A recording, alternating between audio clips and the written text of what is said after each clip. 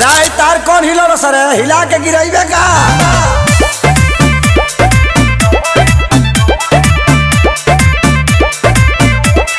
देख के आँख न मारो चश्मे को उतारो पकड़ अपना झारो क्योंकि नाच रहे हैं पारो।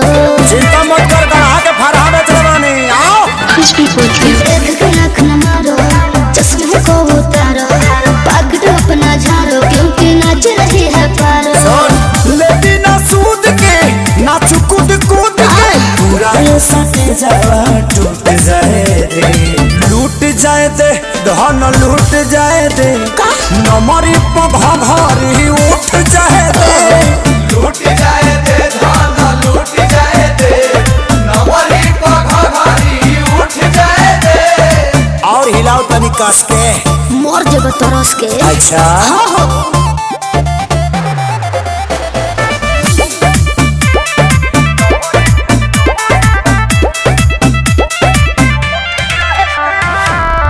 लेके आहिल बड़ा देखे खातिर चीज करो आहिल बड़ा। अरे छारा खाली छेद के छोड़ दी रे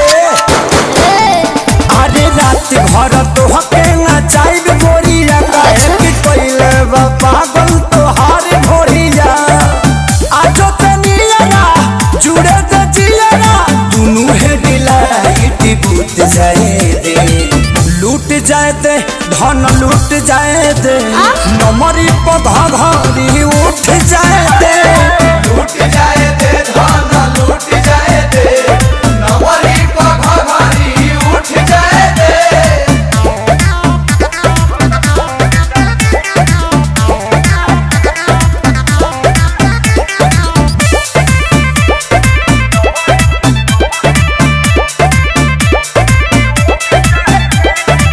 जनी तू कर बारी हरी हो अभी तू रह मन मारी हो।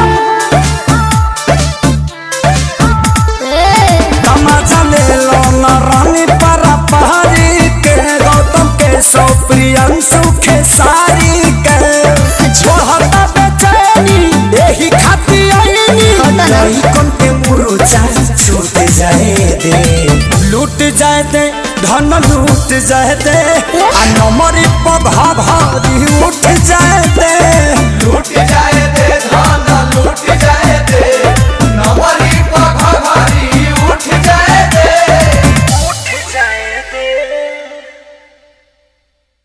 लेती ना सूद के ना चुकुद कूद के पूरा ये सटे जावा टूट जाए दे लूट जाए दे धन लूट जाए दे नमरी पघरी उठ जाए दे।